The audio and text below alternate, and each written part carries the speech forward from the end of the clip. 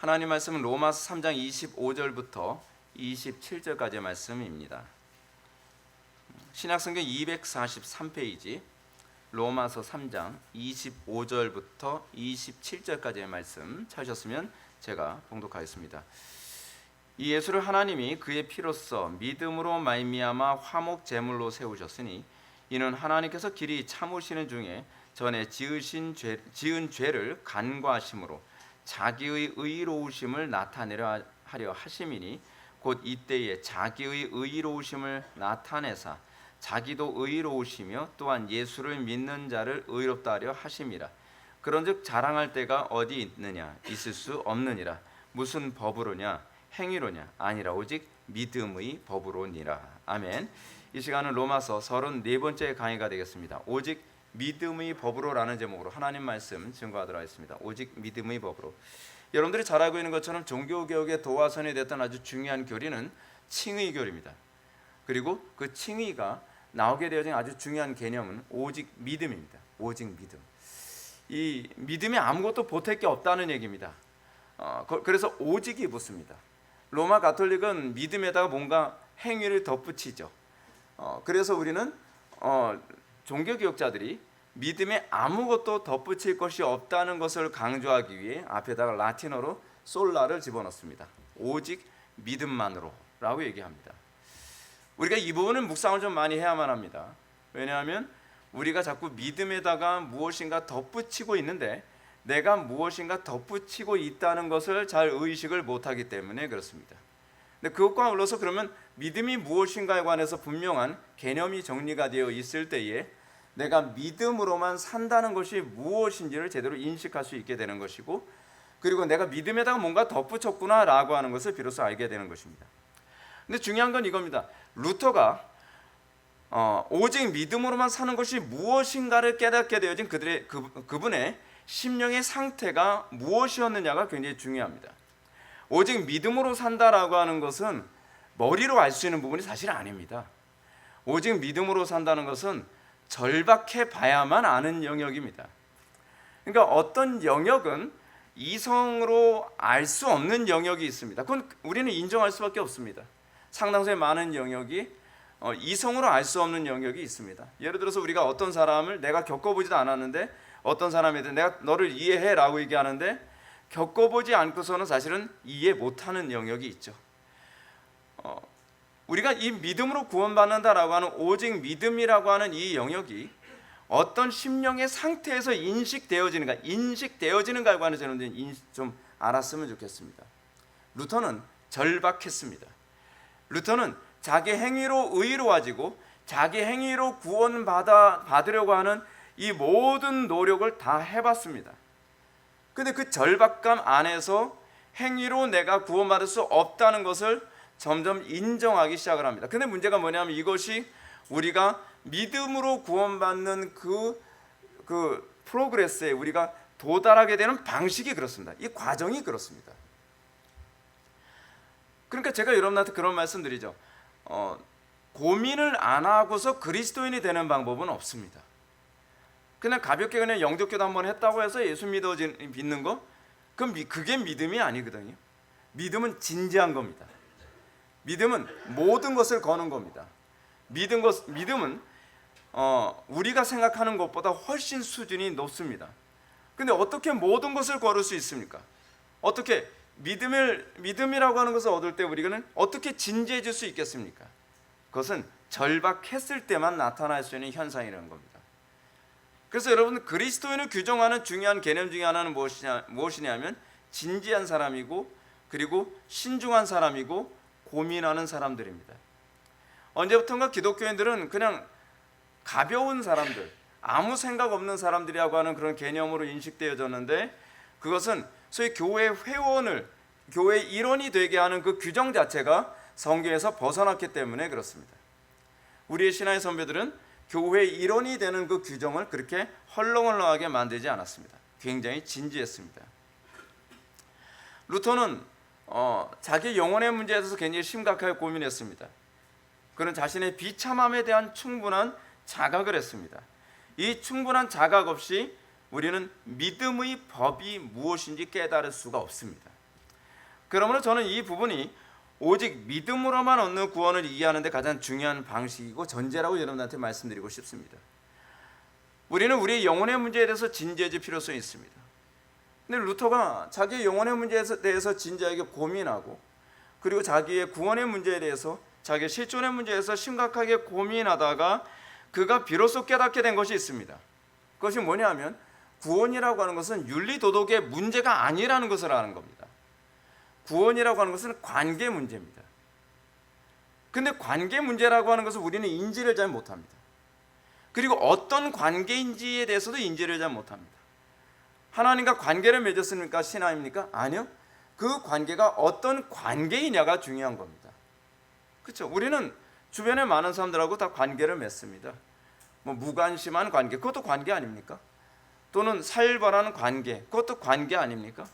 또는 뜨뜻미지근한 관계, 그것도 관계 아닙니까? 근데 어떤 관계는 특별히 사랑하는 관계가 있습니다. 하나님과 우리가 관계를 맺는데 그 관계가 어떤 관계이냐가 중요한 겁니다. 루터가 자기의 영혼의 문제에 대해서 심각하게 고민하고 자기의 실존의 문제에 대해서 심각하게 고민할 때 그는 처음에는 행위로 의로워지려고 굉장히 애를 썼습니다. 왜냐하면 구원은 도덕적인 문제라고 생각을 했던 거거든요. 구원은 윤리적인 문제라고 생각을 했던 겁니다. 근데 시간이 지나면서 알게 된 것이 뭐냐면 윤리와 도덕은 관계에서 나오는 결과라는 것을 알게 된 겁니다. 근데 그 관계를 규정하는 것, 그 관계가 관계되게 하는 것의 기초가 어디 있는가 했을 때 그것이 믿음이라는 것을 알게 됐습니다. 여러분, 제가 그냥 단편적으로 얘기합시다. 우리는 인간 관계를 맺습니다. 근데 사람들과 어떤 관계를 맺느냐에 따라서 사람들을 대하는 윤리와 도덕과 행동이, 반응이 다르죠. 하나님과 우리와의 관계도 그렇습니다. 나 하나님하고 관계 좋습니다 하는데 어떻게 우리와 율법을 어기면서 살 수 있겠습니까? 내가 하나님과 관계가 좋습니다라고 하는데 어떻게 내가 하나님의 뜻에 무관심할 수 있습니까? 그거는 관계가 아닌 거죠.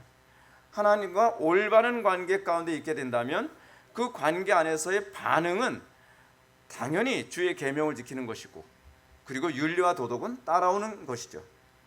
그거는 관계에 대한 반응인 겁니다. 관계에 대한 반응. 이거는 의무가 아니라 이것은 반응입니다. 말 그대로 반응입니다. 근데 루터는 자기의 영혼의 문제를 고민하면서, 자기의 구원의 문제에 대해서 심각하게 고민하면서 자기가 하나님과의 관계에 문제가 있다는 걸 알았습니다. 이 관계 문제를 해결하지 않고 윤리도덕이 나올 수 없다는 걸 알게 된 거죠. 마치 이거와 똑같지 않습니까? 부모님하고 관계가 안 좋습니다. 관계가 안 좋은데 안 좋은 상태에서 우리가 좋게 우리가 행동을 할 수가 없죠. 그렇죠? 좋게 행동을 하는 것은 관계가 회복되면 자동적으로 나오는 문제입니다. 루터가 그걸 알게 된 겁니다.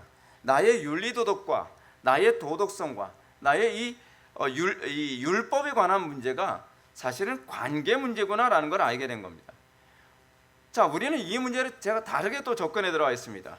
우리가 율법주의와 믿음의 차이를 이해하는 것도 중요한 관점입니다.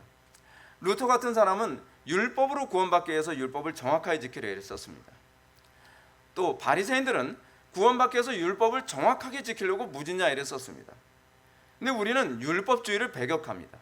율법주의를 배격한다 해서 우리가 율법을 무시하는 건 아닙니다. 그러면 율법주의와 믿음으로 구원받음에 대한 차이가 뭐겠습니까? 그건 입장의 문제입니다. 입장의 문제. 율법주의는 내 입장에서 나의 의의를 바라보는 태도라고 한다면, 믿음은 하나님의 입장에서 나의 의의를 바라보는 태도라고 할 수 있습니다. 그러니까 이겁니다. 예를 들어서 한 부부가 있습니다. 이 부부가 어느 날 남편의 잘못으로 인해서 관계가 굉장히 심하게 금이 갔습니다. 근데 이 남편이 어느 날 자기 아내하고 관계를 좀 해결하기 위해서 뭐 나름대로, 자기 나름대로요, 불편한 심기를 풀어주기 위해서 뭐 선물도 주고 기분도 맞춰주느라고 온 힘을 기울입니다. 근데 관계가 해결이 안 되는 거예요. 그러니까 오히려 관계는 점점 더 악화되고 아내의 반응이 별로 좋지가 않습니다. 그러니까 나름대로 애를 쓰다가 나중에는 남편이 화가 폭발하기 시작을 하는 거죠. 그러면서 이렇게 얘기하는 겁니다.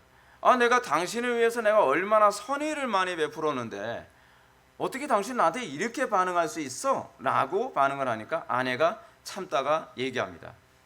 당신이 나에게 해준 일은 내 입장에서 생각이 한 것이 아니라 당신 입장에서 해준 거잖아. 당신이 만족하기 위한 방식으로 나에게 선의를 베푼 거지, 나를 진짜 만족하기 위해 선의를 베푼 건 아니잖아. 고맙지만 그것은 당신이 만족하기 위한 행동이지 라고 얘기를 하는 거죠. 당신의 입장에서는 선의를 베푼다고 했을지 모르지만 그 모든 것은 내 입장은 전혀 고려되지 않은 선의가 아니냐라고 얘기를 하는 거죠. 그러면서 얘기합니다. 당신은 그 행위조차 자기 만족적이고 자기 중심적이니 난 더 화가 날 뿐이요, 당신이 나를 사랑한다면 당신이 만족하는 의의가 아니라 내가 만족할 수 있는 의의를 베풀었어야 되는 것 아니냐라고 얘기하는 거죠. 그게 사랑이죠. 그게 사랑이고 그것이 믿음이죠. 문제는 이게 여러분 집에 가서 부부싸움 하라고 제가 이렇게 말씀드리는 게 아닙니다.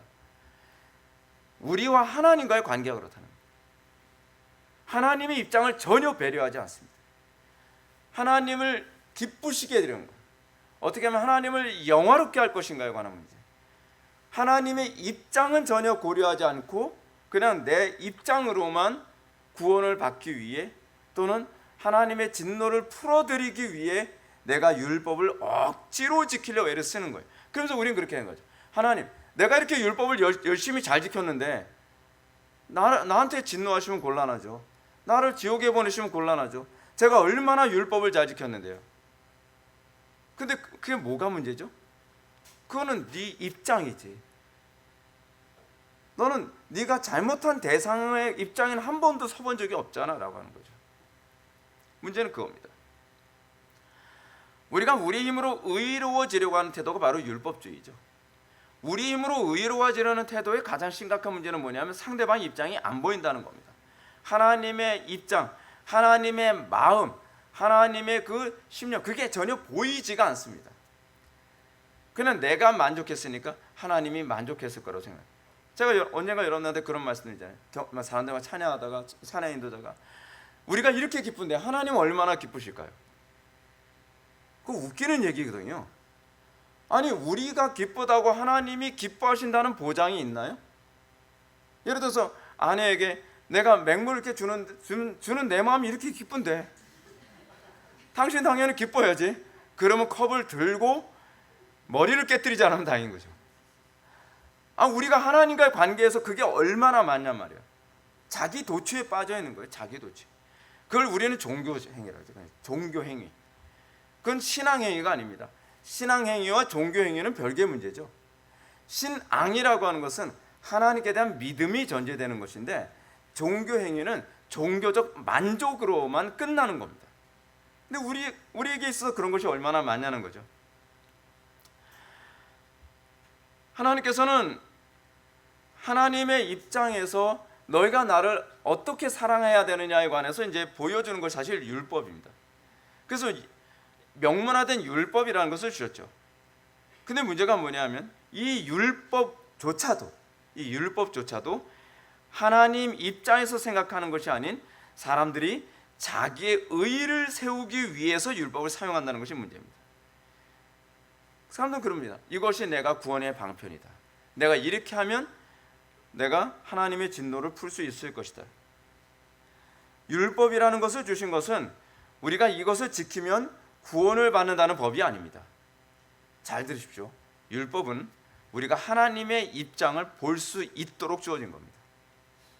하나님의 입장을 볼 수 있도록. 하나님의 입장을 보면 우리가 얼마나 소망 없는 존재인지, 우리가 얼마나 하나님 앞에서 비참한 존재인지, 우리가 얼마나 하나님 앞에 심각한 죄인인지를 보게 하기 위해 주어진 겁니다. 왜냐하면 이것조차 없으면 우리가 얼마나 심각한 존재인지 알 수가 없으니까요. 그런데 그것을 주신 목적을 잘못 이해하고 있는 거예요. 주님께서 그것을 주신 목적과 의도를 잘못 이해하고 잘못 해석해서 오히려 이것 가지고 더 심각한 문제를 야기하고 있는 겁니다. 말귀를 못 알아듣는 거죠. 말귀를요. 그래서 궁극적으로 율법이 우리들에게 목표라는 말은 겁니다. 너희들에겐 복음밖에 다른 것이 필요가 없어. 너희들에겐 오직 믿음밖에 소망이 없어라고 하는 걸 알게 하는 거죠. 그런데 문제는 그래도 율법으로 구원받으러 이랬습니다. 그래서 율법 좀 지켰다고 뿌듯해가지고 자기 의로 막 살아가는. 주님께서 얼마나 답답하시겠어요. 얼마나 답답하시겠어요. 오늘 보면 25절을 보시겠습니다. 25절 다 같이 한번 한 목소리로 읽어보실까요? 다 같이 읽겠습니다. 시작. 이 예수를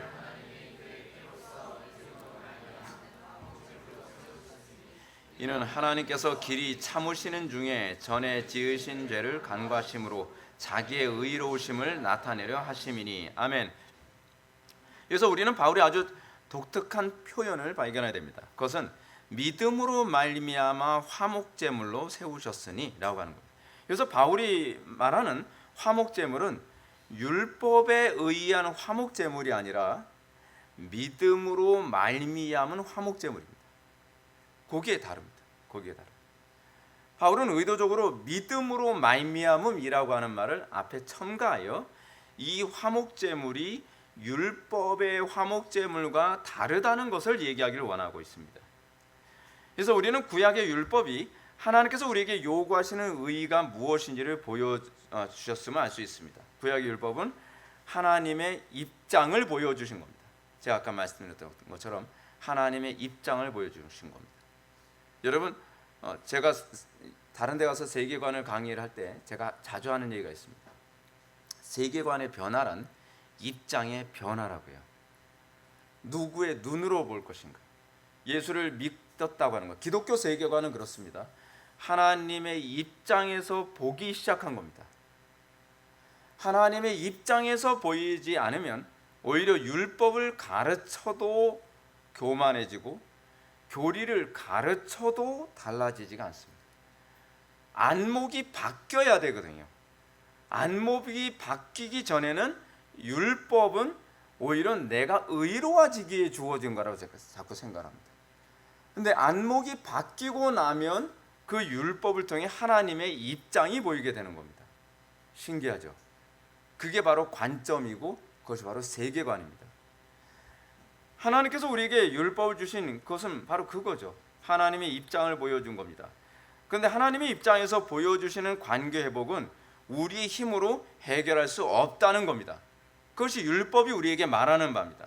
그러므로 하나님의 관계를 회복할 수 있는 유일한 길은 그건 복음뿐입니다. 그래서 복음입니다. 그래서 복음이에요. 구약의 율법이 언급하는 화목제물은 유대인들에게 구원의 방편으로 주어진 것이 아닙니다. 도리어 우리 의로 하나님과 관계를 회복할 수 없는 우리의 절망 상태를 보여주기 위한 것입니다. 이렇게 구약의 율법에서 보여진 화목제물은 결국 복음 안에 있는 믿음의 화목제물로 우리를 향하게 합니다. 자, 왜 화목제물이 그렇게 얘기하느냐? 왜 그걸 보여주는 것이라고 얘기하느냐? 화목제물이란 단어 자체부터 이해해 봅시다. 화목제물이라고 했을 때 이 화목제사라는 말이요, 이 샬롬이라고 하는 평화라는 말에서 나온 단어입니다. 그래서 여기서 복수형이 돼가지고 샬라밈이라고 하는 단어가 나옵니다. 이것이 바로 화목제사입니다. 샬라밈. 그럼 화목제물이란 뭐냐? 화목을 이루는 제물입니다. 화목을 이루는 제물. 근데 문제는 뭐냐면 화목을 이루는 제물에 여기에 이 제물이 흠이 있으면 화목이 일어납니까? 안 되죠. 그렇다고 한다면 내가 화목제물이 될 수 있어요, 없어요? 없죠. 우리 힘으로 구원을 받을 수가 없는 이유 중 하나가 뭐냐면 하나님과 관계를 회복하는 그 제사, 하나님께서 받으시는 제사가 되기 위해서는 화목제물이 흠도 점도 없어야 된다는 겁니다. 근데 흠도 점도 없는 제물이 사실 없죠. 없습니다. 그래서 이 화목제사를 통해 궁극적으로 보여주고자 하는 것은 예수 그리스도시죠. 예수 그리스도만이 흠도 점도 없는 분이시니까. 자, 근데 이제 문제가 이겁니다. 하나님과 화목하기 위해 제사가 필요하다는 겁니다. 제사가 필요하다는 얘기는 무엇을 의미하냐면 거기서 이 제물이 내가 됐어야 된다는 얘기입니다. 내가 죽었어야 된다는 걸 얘기하는 겁니다. 우리의 죄 문제는 내가 죽어야만 해결되는 문제지 내가 무엇을 해야만 해결되는 문제가 아닙니다. 그것이 제사가 얘기해 주는 바입니다. 근데 우리는 내가 무엇을 해야만 구원받는다고 생각해요. 제사는 계속적으로 얘기하는 게 그겁니다. 아니 이 제사는 네가 어떤 상태인지를 보여주는 거라니까. 제사는 너는 죽을 수밖에 없는, 내 죄로 말미암아 멸망할 수밖에 없는 상태를 보여주는 거예요. 그것이 제사가 보여주는 1차적 메시지거든요. 그리고 2차적 메시지는 무엇입니까? 우리는 죽을 수밖에 없는데 그 제물에 내가 죽지 않고 다른 제물이 대신 죽어짐으로 하나님과 관계가 회복될 수 있게 됐다는 겁니다. 그게 복음이죠. 근데 문제는 구약에서 계속적으로 구약의 율법에서의 제사를, 화목 제사를 드리는데 이 화목 제사로 온전한 이 관계 회복이 안 돼요. 왜냐하면 짐승은 불완전하잖아요. 나름대로 흠없고 뭐 이런 거 가져온다고 해서 해결되지 않습니다. 그런 사람들이 영원한 제사를 원하죠. 한 번으로 끝날 수 있는 제사, 확실하게 해결돼 줄 수 있는 제사. 근데 뭐 양이나 염소나 뭐 소로 그것이 안 된다는 거죠. 그러면 어떻습니까? 온전한 제사가 이루어지는 날이 있을 텐데 그것이 바로 십자가의 사건이죠. 십자가의 사건. 십자가의 사건이야말로 화목 제사 아닙니까? 하나님과 우리와의 관계 안에서 화목하게 하기 위해 예수님이 대신 십자가에 못 박혀 돌아가신 거예요. 죄의 싹슨 사망이거든요. 죄에 대한 그 결과는, 죄에 대해서 받아야 되는 것은 사망입니다. 근데 내가 죽었어야 돼요. 제사가 그걸 얘기해 주는 거라 그랬잖아요. 근데 내가 죽었어야 되는데 그 자리에 흠이 없는 예수님이 대신 죽으심으로 말미암아 화목하게 된 거죠. 화목하게 된 거예요. 자, 그래서 로이 존스 목사님이 이렇게 얘기합니다. 복음은 율법이 사람들을 구원하지 못하자 하나님께서 그제서야 생각해낸 것이 아닙니다. 율법이 사람을 구원할 첫 번째 기회로 주어졌다든지 율법이 실패함을 보고 그제야 하나님께서 복음을 생각하셨다고 말하는 것은 완전히 그릇된 것입니다. 많은 사람들이 착각하고 있죠. 구약에서 이 율법으로 구원받을 수 없으니까 나중에 복음이 들어온 것처럼 생각을 하잖아요. 이스라엘 백성들이 율법으로 구원을 못 받고 한계에 부딪히니까 복음이 있을 수밖에 없었던 것은 아니요. 율법이 주어질 때서부터 복음을 염두에 둔 겁니다. 율법은 끊임없이 복음의 필요성을 계속 가르쳐주고 있고 율법은 끊임없이 그리스도를 향해서 가리키고 있는 겁니다. 그러니까 여러분들이 강단에서 율법을 가르치면 안 된다라고 하는 얘기가 얼마나 황당한 얘기인지 아셔야 됩니다. 율법은 여러분들의 힘으로 구원받을 수 없는 그 비참한 상태를 끊임없이 폭로하고 그러면서 그리스도께서 우리를 그 율법의 완성이 되셨다라고 하는 걸 보여주는 것이 바로 구약의 율법입니다. 구약의 화목제사는 하나님과 원수된 존재의 운명이 죽음이라는 사실을 보여줄 뿐 아니라 그 죽음의 운명을 흠이 없으신 예수님께서 대신 제물이 되셔서 우리를 살리셨다는 것을 보여주는 겁니다. 그래서 양면성이죠. 양면성. 근데 그것이 복음의 특징입니다. 복음은 두 가지를 의미하죠. 복음은 뭡니까? 죽음과 부활을 항상 얘기합니다. 그것이 복음의 특징입니다. 죽지 않고 복음을 얘기하는 건 가짜입니다. 제사 자체가 의미하는 바가 뭡니까? 제사 자체가 내가 죽어야 되는 그 자리에 그리스도께서 죽으셨다는 것을 보여줌으로 말미암아 나의 구원을 확신하게 되는 거죠. 그것이 부활 아닙니까? 구약시대는 거기서 부활의 개념이 나타나는 겁니다. 근데 문제는 이겁니다. 우리는 내가 죽지 않아도 구원받을 수 있다는 복음을 너무 좋아한다는 겁니다. 근데 그런 길은 없습니다. 제가 요즘에 그런 부분을 곰곰이 묵상합니다. 왜 자꾸 복음이 변질될까? 복음이 변질되는 이유는 이겁니다. 설교자들이나 회중들이나 하나님의 말씀대로 순종할 마음이 없으면 그 다음에는 내 죄를 정당화하기 위해 자꾸 복음을 자꾸 변형을 시키는 일이 자꾸 생기는 겁니다. 근데 내가 완전히 죽으면, 제가 지난 금요기도 때도 여러분들한테 말씀드렸죠. 여러분들 정과 욕을 완전히 십자가에 못 박고 클리어하게 아주 하나님의 말씀을 딱 올려놓으면 변질될 일이 없습니다. 근데 내가 죽지 않은 상태에서 내 고집, 내 욕심 또는 내 탐욕, 그게 여전히 다 살아있고, 내 철학, 내 경험 여전히 다 살아있어요. 이거를 사실은 십자가에서 다 처리를 했어야 되는 거거든요. 근데 십자가에서 처리를 안 하고 거기다가 좋은 복음을 갖다 올린다고 해서 좋은 복음이 되지가 않아요. 거기다가 좋은 복음이라고 갖다 놓고 나면 그 다음엔 내 경험이 썩히기 시작을 합니다. 내 지식과 내 철학과 내 사고방식이 오염을 시키기 시작을 합니다. 그래서 시간이 지나면서 점점 사람이 이상해져 갑니다. 점점 이상해져 가요. 아무리 복음을 많이 들었어도, 아무리 교리를 많이 알고 있어도, 아무리 말씀을 많이 알고 있는 것 같아도 그것이 자꾸 변질돼요. 왜 변질될까? 자 보십시오. 요즘에 팀 켈러 같은 사람도 유신 진화론을 받아들인다고 하지 않습니까? 근데 그게 죽었어야 되는 부분이거든요.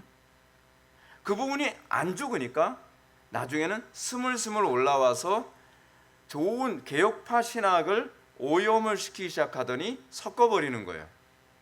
그래서 유신 진화론을 얘기하는 겁니다. 죽었어야 됐어요. 신앙생활에서 저도 여러분들 죽이고 싶지 않습니다. 복음이 그 날카로운 메스를 가지고 여러분들을 난도질할 때 여러분들이 얼마나 힘들지 압니다. 그런데 어쩔 수 없습니다. 복음에는 더하거나 감해서는 안 됩니다. 여러분들은 의식할지 못하실지 모르지만 여러분들이 이 부분에 대해서 아주 클리어하게 여러분들이 복음이 쌓이지 않으면 정당한 열매가 나타나질 않습니다. 하나님을 믿는다고 하는데 뭔가 자꾸 삐그덕 소리가 자꾸 나오고 뭔가 자꾸 이상해지는 거예요. 자기는 의식하지 못하지만 남들이 의식할 수도 있고요. 내가 의식할 수도 있고요. 근데 그 원인을 찾게 만드는 게 뭐냐? 고난입니다. 어쩔 수 없어요. 그래서 욥의 고난에 관해서 뭐라고 얘기합니까? 네가 고난을 당함으로 정금같이 나온다는 거죠. 우리는 고난 당하기 전에는 난 잘 가고 있다고 생각을 합니다. 내가 어려움 당하기 전에는 나는 괜찮은 사람이라고 생각을 합니다. 문제가 없거든요. 욥도 하나님께서 흔들어 보기 전에는 자기 속에 그런 교만함이 있는지 전혀 인식을 못했습니다. 흔들어 보니까 나오는 겁니다. 흔들어 보니까.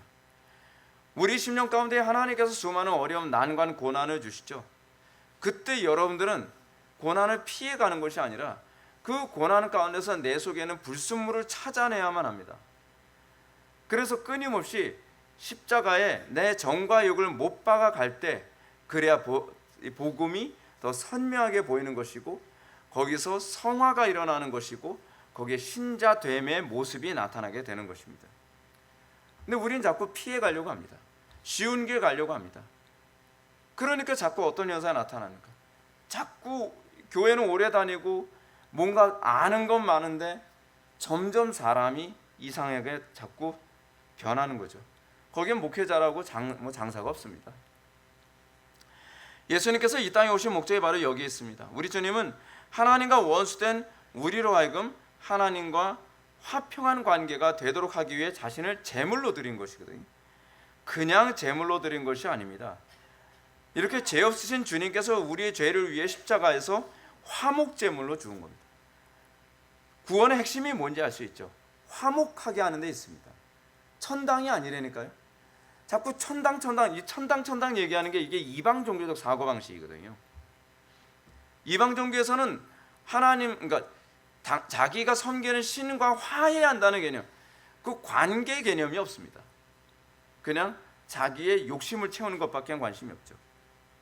근데 중요한 건 이 화목제물에 관해서 바울이 뭐라고 얘기하냐면 십자가의 죽으심 사건을 믿음으로 말미암은 화목제물이라고 합니다. 이는 인간의 입장에서 구원을 얻기 위해 우리가 취해야 될 율법적 제사가 아니라 하나님의 입장에서 우리의 구원을 위해 또는 우리가 하나님께서 우리 죄인들과 화해하기 위해 하나님께서 취하신 제사예요. 하나님의 입장에서 봐야 될 제사라는 거죠.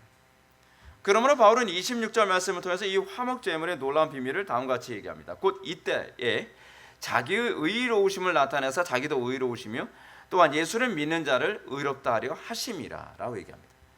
여기서 바울은 화목제물이 우리에게 효력을 발휘할 수 있는 근거를 보여줍니다. 그것은 화목제물 되신 그리스도께서 자기의 의로우심을 나타내서 자기도 의로우시며 라고 하는 겁니다.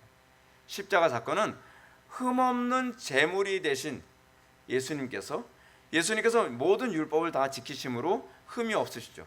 그래서 그 의로우신 상태에서 십자가에 못 박혀 돌아가심으로 말미암아 그를 믿는 자들도 의롭게 하신 사건이 바로 십자가 사건이라고 얘기하는 거예요. 근데 왜 의롭게 했느냐? 그럼 또 얘기해. 천당은 좀 뒤로 놓읍시다. 우리를 의롭게 한 것은 화목하게 하기 위해서, 하나님과 관계를 회복하게 하기 위해서. 그럼 관계의 회복이 일어나려면 이제는 안목이 바뀌어야 되죠. 관점이 바뀌어야 되죠. 그래서 여러분들이 의롭게 된 존재인지 아닌지의 특징이 뭐냐면 이제는 내 입장으로 보여지는 것이 아니라 하나님의 입장에서 보여지는 거예요. 그래서 사람들이 회심할 때 나타나는 특징이 뭐냐면 예전에 이게 그렇게 큰 죄인지 몰랐어요. 예전에는 역주행이 죄인지 몰랐어요. 그죠? 그렇죠. 예전에는 막 무단횡단이 죄인지 몰랐어요. 예전에는 자전거 타고서 막 뭐 역주행을 하고 막 무단횡단해도 이게 죄인지 몰랐어요. 몰랐는데 어느 날 칭의됨과 동시에 안목이 바뀌기 시작하는 거예요. 누구의 안목으로? 하나님의 안목으로. 그럼 그제서야 율법의 방식이 달라지는 거죠. 율법이 뭐예요? 하나님을 기쁘시게 하려면 어떻게 해야 되죠? 라고 고민하게 되잖아요. 근데 율법이 다 써 있는 거예요. 이렇게 해야 하나님을 기쁘시게 해드릴 수 있고, 왜냐하면 관계가 회복됐으니까 기쁘게 해주고 싶잖아요. 우리가 관계가 회복되어지면 어떻게 하든지 그 사람에게 잘해주고 싶잖아요. 하나님과 관계에서도 그렇죠. 하나님과 관계가 회복되어졌다면 이제는 내 중심이 아니라 하나님을 기쁘시게 해드리고자 하는 안목이, 이렇게 하면 하나님이 기뻐하시겠구나, 그게 나타나야 되는 거죠. 그러니까 한 사람이 진짜 의롭게 된 사람인가 아닌가를 알 수 있는 게 뭐냐면 하나님의 안목을 소유했는가 소유하지 않았는가의 특징이죠. 교회를 열심히 다닌다고 하는데 여전히 자기 중심이, 안목이 하나도 안 바뀌었어요. 그거는 칭의된 사람이라 보기가 어렵죠. 근데 거듭나고 나면, 우리가 칭의되고 나면 그 다음엔 이거 하나님이 미워하시겠구나. 뭐 예를 들어서 예배 시간에 늦는 문제, 이거는 내가 율법적으로 해야 될 의무가 아니라 하나님께서 이러면 기뻐하지 않으시겠구나. 내가 찬양을 대충 하는 걸 하나님께서 기뻐하지 않으시겠구나. 내가 예배를 대충 하는 걸 하나님께서 기뻐하지 않으시겠구나. 언어 자체가 다르잖아요. 근데 칭의되기 전에 어때요? 내가 또 늦게 오면 누가 또 노려보겠지. 내가 또 권징석에 또 앉으라 그러겠지. 뭐 하면 이렇게 어떠겠지. 여전히 안목이 하나님의 안목이 없는 거예요. 칭의되지 않아서 그래요. 화해되지 않아서 그래요. 하나님과 화해되지 않아서. 그러면 예수를 믿는 자를 의롭다 하려 하심이라는 말씀의 의미한가 뭡니까? 여기서 그것은 우리가 죄 없으신 예수님으로 말미암아 하나님과 관계를 회복할 수 있게 됐다는 것이고, 관계를 회복할 수 있게 됐다는 이 부분이 바로 의롭다 함이죠. 의롭다 함. 도덕적 의로움이 아니라 관계적 의로움이죠. 법정적으로 하나님 앞에 설 수 있는 합법적인 신분이 됐다는 거죠. 근데 그게 그냥 법정적인 것이 아니라 우리의 관점과 안목이 달라지게 되는 사건이에요. 그래서 이 안목이 안 바뀌면 자꾸 뭐밖에 안 보이냐면 예수 천당 불신족밖에 안 보이는 거예요. 그러니까 자꾸 그런 거죠. 목사님 이렇게 하면 천국 못 가나요? 아니 그거밖에 안 보이나요? 아니 그렇게 해서 하나님의 마음이 얼마나 아플지는 안 보이시나요? 근데 지옥 가는 것만 두려운 거예요. 하나님이 가슴 아파하시고 하나님이 분노하시는 그런 부분이 안 보이는 거죠. 아니 이 땅에 한국교회가 이렇게 심각한 상태인데 비나스처럼 분노하는 마음이 없어요. 하나님의 안목이 없는 거죠. 그렇죠? 이 땅에 교회들이 이렇게 심각한 상황이 있는데 주여 내가 주의 영광에서 어떻게 살까요? 라는 그런 관점은 없어요. 그냥 저렇게 나 천국 못 가면 어떡하나, 이렇게 하면 나 천국 못 가는 거 아닌가, 그냥 그것밖에 더 이상 보이지가 않는 거죠. 물론 이 고민도 필요합니다. 필요 없다는 건 아니에요. 근데 우리가 하나님과 관계가 회복되었다고 한다면 이제는 하나님의 심정이 느껴져야죠. 성령의 탄식을 느낄 수 있어야죠. 그게 안 느껴진다는 것. 이게 지금 한국교회 문제라니까요. 그래서 우리는 예수님의 죽으심을 바울이 화목제물로 세우셨으니 라고 했을 때 이 화목제물과 관련해서 굉장히 염두에 둬야 될 흥미로운 부분이 있습니다. 화목제물이 신약에서 뭐로 나타나는지 아십니까? 성만찬입니다. 성만찬. 그럼 여러분 이 화목제물이 어떻게 성만찬인가? 화목제사를 드릴 때 화목제사는요 자기의 믿음의 고백대로 재산이 좀 어느 정도 넉넉하게 있다 그러면 인색하지 않게 소를 바치고 또 양을 바치거나 그렇지 않으면 염소를 바칠 수 있어요. 근데 비둘기는 안 돼요. 번제 드릴 때는 비둘기는 가능한데 화목제물에는 비둘기는 허용을 하지 않습니다. 왜냐하면 화목 제사를 하고 난 다음에 그 고기를 나눠 먹어야 되기 때문에 그러는 거예요. 근데 비둘기를 누구 코에 붙이겠습니까? 그렇잖아요. 비둘기 여러분 참새고기 먹어보셨나요? 다리가 요만해요. 이거 가지고서 화목이 되겠습니까? 싸우죠. 이걸 두 다리밖에 없는데 그래서 하나님께서는 이 화목 제사에 사용하는 제물은 소나 양이나 염소로 제한하셨어요. 근데 소나 양이나 염소도 자기의 믿음대로 되죠. 인색함으로 하지 아니하고 자기가 양심적으로. 근데 이렇게 제물을 바치고 난 다음에 어떻게 해요? 같이 나눠 먹음으로써 여기서 뭘 보여주는 거죠? 하나님과 화해된 존재들이 공동체 같은 지체들과 화해하는 잔치의 모습을 갖게 된다는 것을 얘기하죠. 그것을 보여주는 것이 고린도전서 11장에 나오는 성찬에 관한 얘기입니다. 바울이 왜 그토록 화를 냈냐면 이스라엘 그 기독교인들이 모여가지고 자기네들끼리 배 터지게 먹고 누구는 굶게 만들고 누구는 취하도록 마시고. 근데 화목제사의 궁극적 개념은 그게 아니죠. 우리가 화해된 관계로 한다면 서로가 샬롬으로 나타나야 된다는 거예요. 하나님과의 샬롬은 이웃과의 샬롬으로 나타나야 된다는 거죠. 반대로 이웃과의 샬롬이 깨지는 이거를 히브리어로 엔샬롬이라고 얘기하는데 이웃과의 관계에서 엔샬롬이 된다면 하나님과의 관계에서의 엔샬롬을 우리는 측정할 수 있는 거죠. 그래서 우리는 끊임없이 성찬을 통해서 우리가 뒤돌아보는 것이 뭐냐면 나는 그 하나님 사랑의 그 관계 회복이 이루어진 존재인가를 성찬을 통해 끊임없이 묵상하도록 만드는 겁니다. 그래서 여러분들 이 화목 제사의 히브리어가 뭐예요? 그래서 샬롬의 복수형이 되는 거예요. 여러 사람들과의 샬롬이 있어요. 여러 사람들과 샬롬. 그래서 우리가 발견해야 되는 성경의 가르침이 바로 이겁니다. 그리스도의 화목 제사를 통해서 하나님과 화목하게 된 사람들은 이웃과의 관계에서 당연히 화평을 드러내야 된다는 거예요. 제가 자주 예를 드리는 것처럼 삭개오의 회심은 이웃과의 친교 잔치로 나타났죠. 그렇죠? 삭개오가 회심함과 동시에 어떻게 해요? 내 재산을 다 팔아 재산의 반은 이웃과 나누고 남에게 토색한 곳에 있으면 4배로 갚게나이다. 이웃과의 샬롬 잔치가 일어나는 거죠. 사실 이게 화목 제사예요. 이거예요. 율법으로 따지면 우리 삶 속에서 이 화목 제사가 나타나야만 합니다. 그래서 우리는 어떻습니까? 내가 가진 것이 좀 부족하더라도 이웃과 자꾸 나누고 형제와의 관계에 자꾸 샬롬의 제사, 내 시간을 나누고 내 재물을 나누고 내 재능을 나누고 내 지식을 나누고 그렇게 하면서 우리의 모든 것들을 다 화목 제물로 샬롬하는 거죠. 나누는 거예요. 그럼 여기서 우리가 생각해 봐야 될 중요한 국면이 있습니다. 그것은 그리스도의 화목 제사에 참여하도록 믿음은 과연 우리를 참여하도록 하는 이 믿음은 과연 무엇인가에 관한 문제입니다.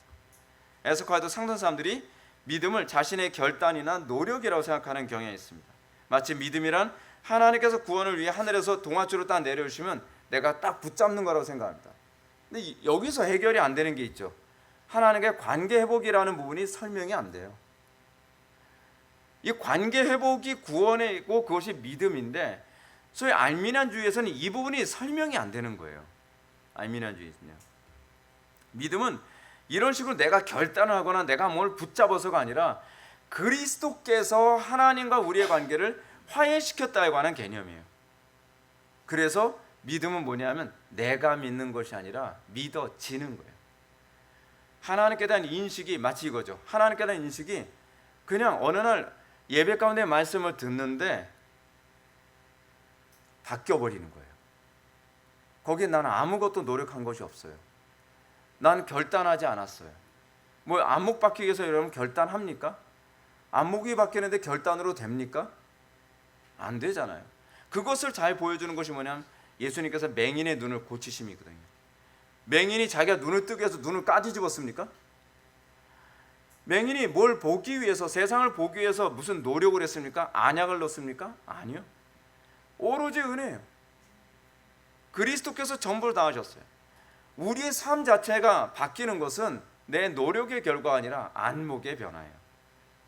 하나님께서 우리와의 관계를 그리스도를 통해 하나님과 나와의 관계가 회복되고 나니까 주의 계명대로 살고 싶어지는 거죠. 문제는 안목이 안 바뀌는 게 문제입니다. 여러분들 예배 가운데 여러분들이 바뀌어야 되는 게 뭡니까? 하나씩 하나씩 안목이 계속적으로 바뀌어가는 거죠. 그것이 성화 아닙니까? 근데 예수를 믿어도 여러분들 삶에 아무런 안목의 변화가 없어요. 세상을 바라보는 세계관의 변화가 없어요. 그래서 내가 지식이 많으니까 나는 구원을 받았겠지. 내가 윤리도덕적이니까 나는 구원을 받았겠지. 난 기도를 많이 하니까, 나는 봉사를 많이 하니까, 나는 헌신을 많이 하니까. 그 문제가 아니에요. 여러분들이 안목이 바뀌어서 하나님을 기쁘시게 드리고 하나님을 영화롭게 하는, 또는 형제를 사랑하는 그 마음 때문에 이것이 나타나게 되는가에 관한 문제입니다. 근데 이거에 대한 소위 구원이 하나님과 관계 회복이라는 인식이 없으니까 자꾸 영적 기도 시키고 말이에요. 자꾸 결단하라고 합니다. 근데 영적 기도 했는데 아무런 달라지는 것도 없고, 결단했는데 안목이 달라지는 게 없어요. 왜냐하면 구원이 뭔지를 몰라서 그래요. 그러니까 자꾸 영적 기도하면서 그래요. 영적 기도하면 천당 갑니다. 천당 가면 되나요? 천당 갔는데 안목 안 바뀐 사람이 천당 가면 그거 심각해집니다. 안목 안 바뀐 사람이 천당 가가지고 칼 들고 돌아다녀 봐요. 지옥이죠 거기가. 거기 뭐 환타 그러면 뭐 합니까? 뭐 초콜릿으로 집이 있고 뭐 다 환경이 뭐 에덴 동산이면 뭐예요? 에덴 동산에 사는 사람이 살인마, 도적대, 거짓말쟁이가 바글바글하면 거기는 에덴 동산이 아니라 지옥이죠. 지옥이죠. 에덴이냐 아니냐를 규정하는 것은 환경이 아니라 관계라니까요. 근데 우리는 이 관계에 대한 인식이 없습니다. 관계가 안 좋아도 신앙이라고 자꾸 생각하는데 아닙니다. 그렇지 않습니다. 오늘날 전도의 심각한 문제가 바로 여기 있습니다. 전도가 자꾸 예수 천당 불신 지옥으로만 이해하니까 이게 문제가 되는 겁니다. 근데 예수님은 예수 천당 불신 지옥으로 전도 안 하셨거든요. 예수님은 끊임없이 관계에 관한 말씀을 하셨습니다. 사마리아 여인이 문제였을 때 너 왜 관계가 그렇게 된 거 아니? 그 예배 문제거든. 하나님 섬기는 문제거든. 왜 자꾸 이 우상 숭배에 관해서 사도 바울이 끊임없이 얘기하는가? 관계 문제예요. 관계 문제. 그래서 이 관계 문제 얘기하다 보면 당연히 십자가 얘기를 안 할 수가 없어요. 하나님과 우리의 관계를 회복하기 위해서 예수님께서 오셨다. 그 얘기가 나올 수밖에 없는 거죠. 근데 관계에 대해서 얘기를 안 하니까 뭐 결단만 자꾸 얘기하는 거죠. 믿기로 결단하십시오. 결단한다 해서 눈 떠지지 않습니다. 우리의 눈을 뜨게 하시는 것은 그리스도십니다. 예수님께 사도 바울이 하나님을 대적했을 때 다메섹 도상에서 예수님이 바울을 만나 주시고, 그리고 나서 아나니아에 가서 안수를 받으라. 그때 눈에 비늘 갇힌 것이 떨어지고, 그 다음에 뭐예요? 안목이 바뀌죠. 어떻게 바뀌었어요? 그리스도에 대한 인식이 바뀌고, 주변의 그리스도인들에 대한 인식이 바뀌었습니다. 바리새인들에 대한 인식이 바뀌었습니다. 그리고 율법에 대한 인식이 바뀌었습니다. 그래서 바울은 얘기합니다. 이전 것은 지나갔으니 보라, 새 것이 되었도다. 새 것이 되는 겁니다. 근데 우리는 그게 뭔지는 모릅니다. 교회만 다니면 천당 가는 줄 압니다. 여기서 왜 믿음과 관계가 연결되는지 이해하기 위해 우리 로이 존스 목사님이 얘기하는 부분 한번 봅시다. 믿음에 세 가지 요소가 있는데요. 첫째는 진리에 대한 지적인 암, 두 번째는 진리에 대한 동조, 그리고 세 번째는 진리에 대한 신뢰입니다. 여러분, 이 세 가지는 철저히 다 관계를 내포하고 있습니다. 관계 대상에 대한 분명한 이해. 우리 관계 대상 하나님에 대한 분명한 이해가 있나요? 이해 못해도 그냥 영접 기도만 하면 구원 받는다고 하니까 그거 다 사입입니다. 그런 식으로 구원받는 법 없습니다. 내가 믿는다고 하는데 믿음의 대상을 인식을 안 하고 어떻게 믿습니까? 근데 그걸 믿음이라고 자꾸 우겨요. 속지 마십시오. 그건 믿음이 아닙니다. 믿음은요, 관계의 대상에 대한 인식이 있고 그것을 받아들여야 됩니다. 근데 관계의 대상에 대한 받아들임이 분명하지 않고 관계의 대상에 대한 전적인 신뢰가 없는데 내가 믿음이라고 자꾸 얘기하는 거예요. 그건 믿음이 아닙니다. 오늘날 상당수 사람들에게 이런 요소가 생략된 경우가 너무 많습니다. 교회는 다니는데 하나님을 아는 데 관심이 없습니다. 교회는 다니는데 하나님의 명령에 복종할 마음이 전혀 없습니다. 교회는 다니는데 하나님을 한 번도 진지하게 수용해 본 적이 없습니다. 그러면서 뭐라 얘기합니까? 난 믿음이 있습니다. 난 구원의 확신이 있습니다. 라고 해요. 자기 확신이죠. 오늘 믿음에 대해 생각해 볼 부분은 믿음 자체가 우리의 것이 아니라는 사실입니다. 믿음은 선물입니다. 제가 말씀드렸던 것처럼 내가 눈이 떠지려고 노력해서 눈이 떠지지 않습니다. 그렇게 할 수만 있다면요, 제가 지금 요즘 노안이 있는데 그냥 노력을 해가지고 눈이 힘딱 죽어서 노안이 없어지면 얼마나 좋습니까? 안목이 그런 식으로 안 바뀌어요. 눈에 힘준다고 안목 바뀌지 않습니다. 우리가 자꾸 착각하는 게 그겁니다. 이게 은혜라는 걸 모릅니다. 믿음이 은혜라는 걸 모르니까 자꾸 사람 따라다니고 자꾸 뭐 분위기 따라다니고 자꾸 그러는 겁니다. 믿음은 그냥 선물입니다. 사도 바울은 의롭지 않은 자를 의롭게 하시는 은혜가 믿음이 된다고 가르쳤습니다. 이것은 믿음이 선물이라는 뜻이지 우리의 결단으로 주어지는 공로가 아니라는 얘기입니다. 이런 오해가 사람들 사이에 너무 많기 때문에 믿음을 강요하는 경향이 있죠. 이런 오해를 지적하기 위해 로이 존스는 또 이렇게 얘기합니다. 우리는 절대로 우리를 구원하시는 것이 우리의 믿음이라고 하지 말아야 합니다. 우리는 구원이 믿음으로 주어진다고 하는 말씀을 오해하여 나의 믿음이 나를 구원한다고 생각합니다. 그렇죠? 그래서 프란시스 쉐이퍼가 얘기하는 것처럼 자기 신앙을 신뢰하는 신앙이 나오기 시작을 합니다. 아주 괴상한 거죠. 내 믿음을 신뢰하는 것을 구원이라고 생각하는 겁니다. 기형적인 신앙이죠. 그러나 이건 굉장히 잘못된 겁니다. 자, 우리에게 구원이 발생하는 것은 나의 믿음이 아니라 오로지 그리스도의 은혜로 성령께서 나에게 주신 믿음입니다. 나의 믿음이 아니라 성령께서 나에게 주신 믿음, 완전히 다른 얘기입니다. 근데 우리는 내가 믿는 믿음이라고 생각합니다. 아니요, 내가 믿는 믿음이 아닙니다. 나에게 주어진 믿음이 나를 구원하는 겁니다. 믿어지는 것은 성경의 한 부분이 아니라 성경 전체가 믿어지는 것이어야만 합니다. 더하거나 감하지 않고 믿어지는 것입니다. 자신의 전부를 말씀에 부인하게 하는 믿음입니다. 그리고 우리를 구원하는 주체는 삼위일체 하나님이시지 우리의 지성이나 의지나 감정이 아닙니다. 성부, 성자, 성령 하나님이 우리를 구원하십니다.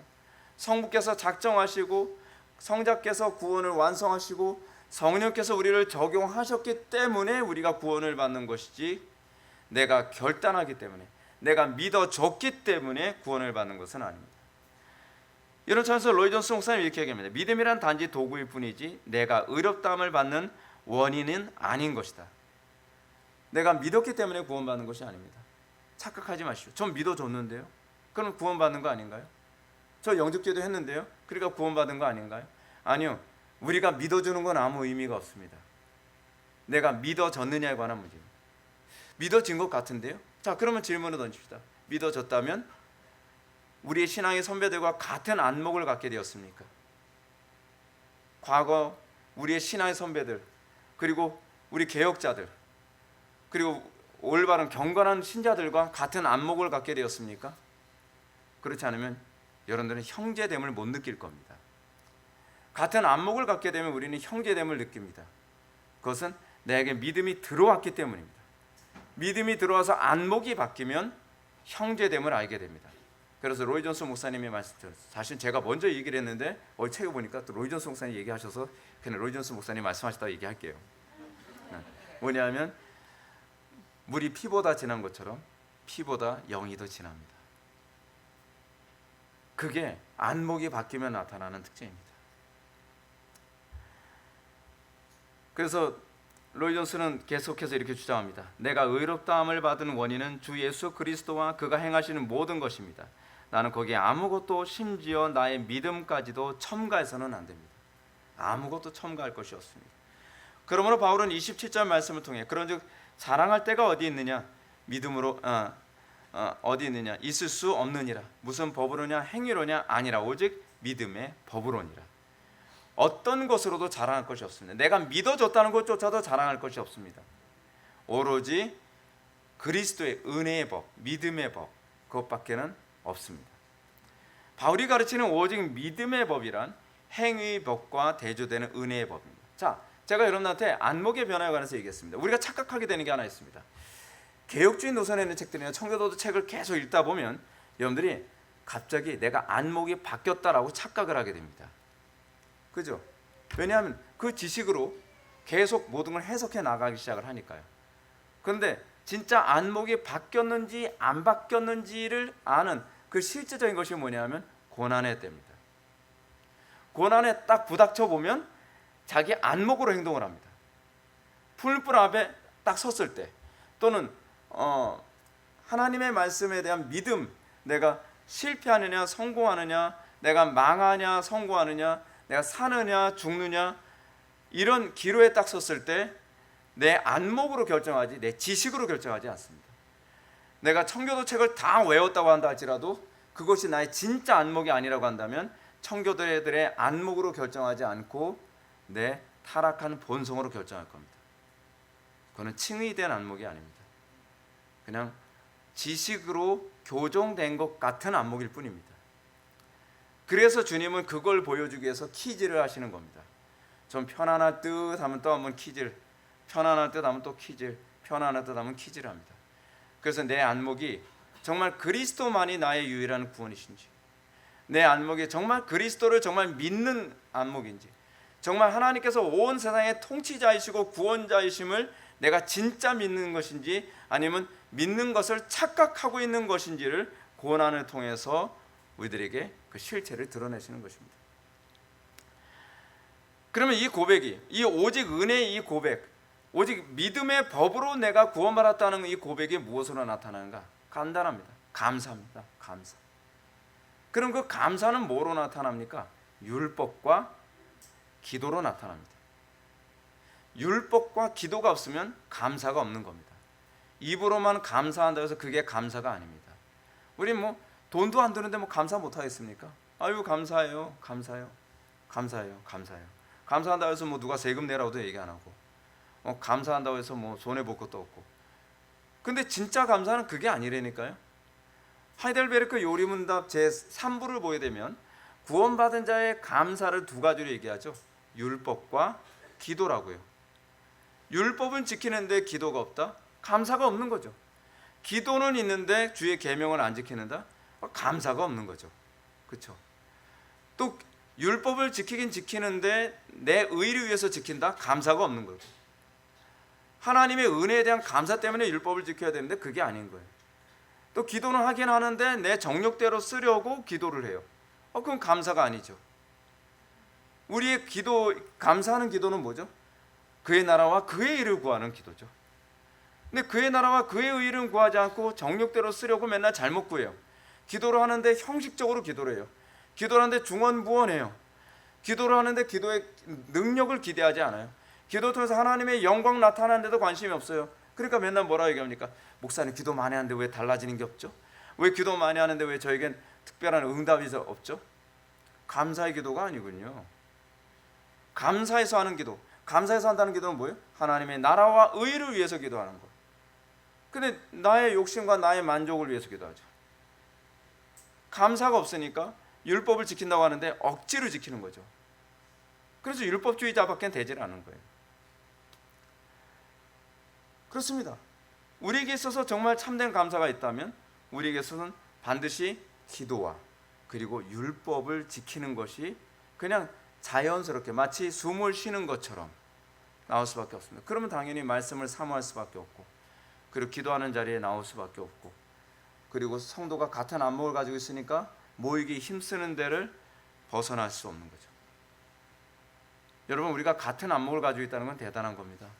같은 안목을 가지고 있는 사람들은요 떨어질 수가 없습니다.